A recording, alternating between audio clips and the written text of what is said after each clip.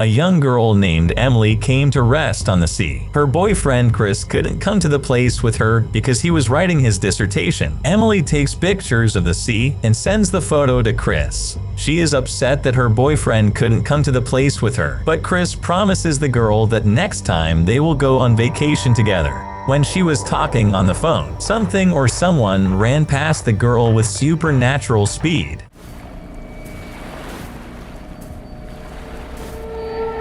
At this time, Chris was sitting at home and looking through the photo sent by Emily. In the photo, Chris notices an ugly silhouette, but does not pay attention to it, thinking that it is just a glitch. As Chris was working on his laptop, someone jogged by.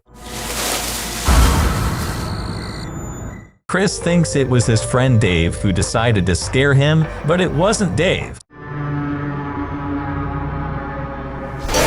Some kind of scary monster, uttering terrible screams, will tear Chris to shreds. At SCP's secret HQ, Agent Victoria was informed that hikers had stumbled upon a strange humanoid creature in the mountains. She sat with her back to them and covered her head with her hands. Agent Victoria Larson was to capture this unknown object. After the funeral, Emily comforts Chris's grieving mother. Emily asks Mrs. Mori for permission to take some of Chris's belongings as keepsakes. At this time, the Zulu Squad 9 arrives to capture the object. Suddenly, Agent Victoria stumbles and falls into a hole, and her guys are the first to come face to face with the subject. A terrifying monster takes out a heavily armed squad in seconds. Agent Larson heard the screams of her boys, but when she rose from the pit, all she saw was bloody snow. There was a sudden silence, dead silence, and the monster just sat there, covering his face with his hands. Victoria realized from the guys' voices that the object was not to be looked at and that their weapons were useless against it. So she shakes everything out of her backpack, sneaks up from behind, and throws it over his head, and the subject doesn't even move. You'd think it was over. The SCP agents have captured the object, and now it can't hurt anyone, but the nightmare has only just begun. A few hours later, the guard watching the subject happened to see his face on the monitor. The monster went berserk, got out of the containment chamber, and tore the guard to pieces. No gas or tranquilizers stop it. Then the monster sat down again and covered his face with his hands. Then the SCP agents realized that this monster's face was not to be looked at,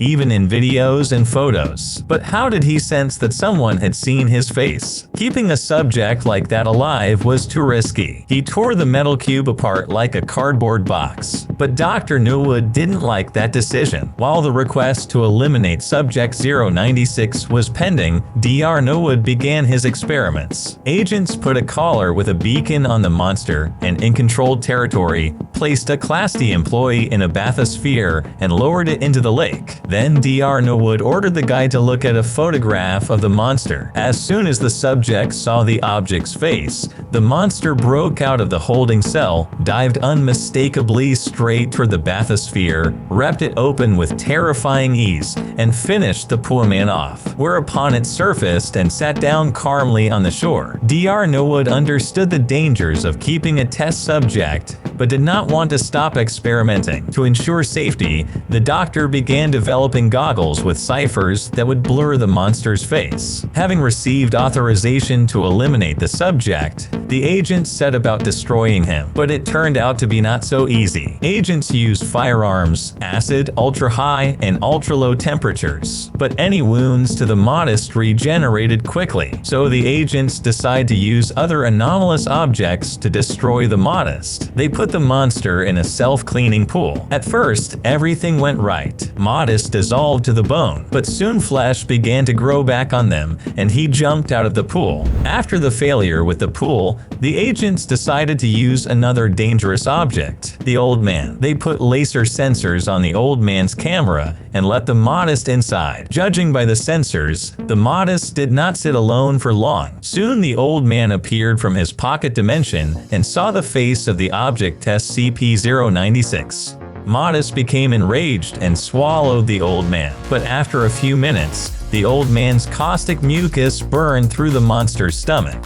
The old man fell out and pulled the modest into his pocket dimension. The agents were watching intensely. Did it really work? But a few hours later, the modest crawled out of the old man's world, eaten away by mucus almost to the bones. He recovered quickly, of course. After another failure, the agents led Object 096 into the cage. Dr. Norwood called Agent Victoria to his laboratory. It turns out that the doctor has finished developing glasses with encryptors. The doctor gives Agent Victoria an untested prototype, and suddenly the security system goes off. Agent Victoria runs out into Corridor 17 and sees that Subject 096 is out of control. Victoria immediately puts on her glasses. Dr. Norwood's glasses were indeed working. Victoria approaches the agent and asks what happened. It turns out that when the agents were leading the modest, the bag fell off his head and one of them saw his face. Victoria puts the bag back on the subject's head. At this time, Emily posted that photo, which sealed the face of Object 096, to Chris's page on social networks. And at that moment, she herself noticed the face of the modest one. As you probably already guessed, the object broke through the wall and broke free. He's coming for Emily. SCP agents begin operations in the Alpha Priority category.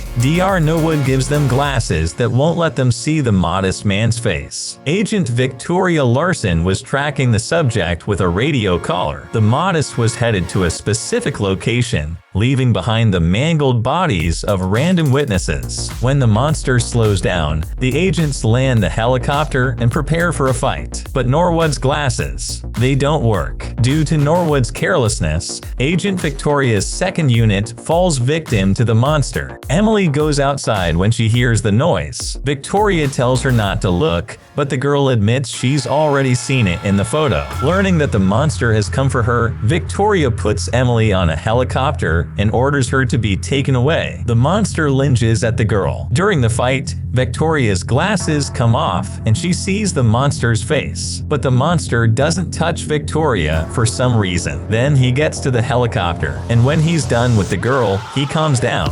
After the skirmish with Object 096, the cleanup team moved out along the monster's path to clean up the dead and treat everyone with an amnestic. Agent Victoria comes to Norwood and takes her anger out on him. It was his fault that the operation failed and the employees died. But Dr. Norwood was not tormented by his conscience. He says he has found a way to destroy the monster. Dr. Norwood suggests using anomalous object SCP-1983, the door to nowhere, and at that moment he notices that Agent Victoria is wounded. She becomes ill and loses consciousness. When she wakes up, she learns that her consciousness is human, but her body is a biomechanical autonomous construction. Turns out Victoria was in a car accident and died a couple months ago, and Norwood transferred her consciousness into a biomechanical body. That's why the monster didn't touch her. He doesn't attack the cameras that record him, only people. Then the doctor's assistant informs him that Emily managed to post online a photo with the monster. The doctor orders it removed, but it's too late. An alarm goes off at the secret headquarters.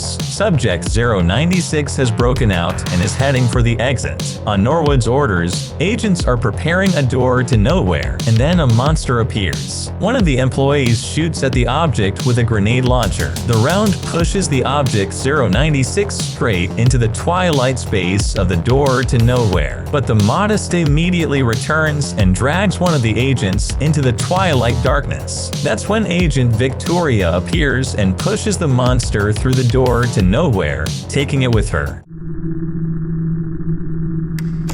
When it's over, Dr. Norwood reports that Object 096 was sent twilight space through the object door to nowhere. All photographic and video evidence of the Object 096 was destroyed, and Agent Victoria sacrificed herself and ended up in twilight space as well. After turning the file over to the archives, Norwood exhales with relief. But then